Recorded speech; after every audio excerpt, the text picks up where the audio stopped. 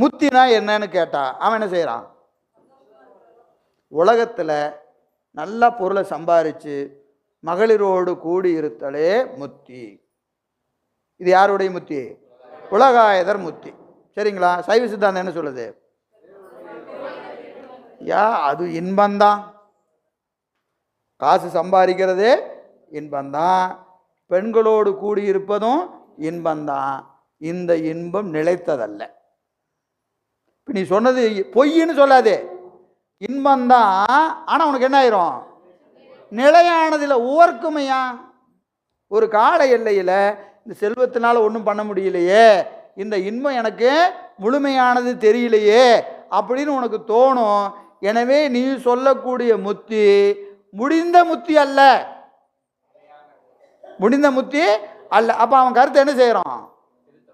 திருத்துறான். அதுவும் முத்தி தான், ஆனால் என்னதுக்கு? அது பரமுத்தி அல்ல, அது பரமுத்தி அல்ல. அப்போ அவன் என்ன செய்யறான்?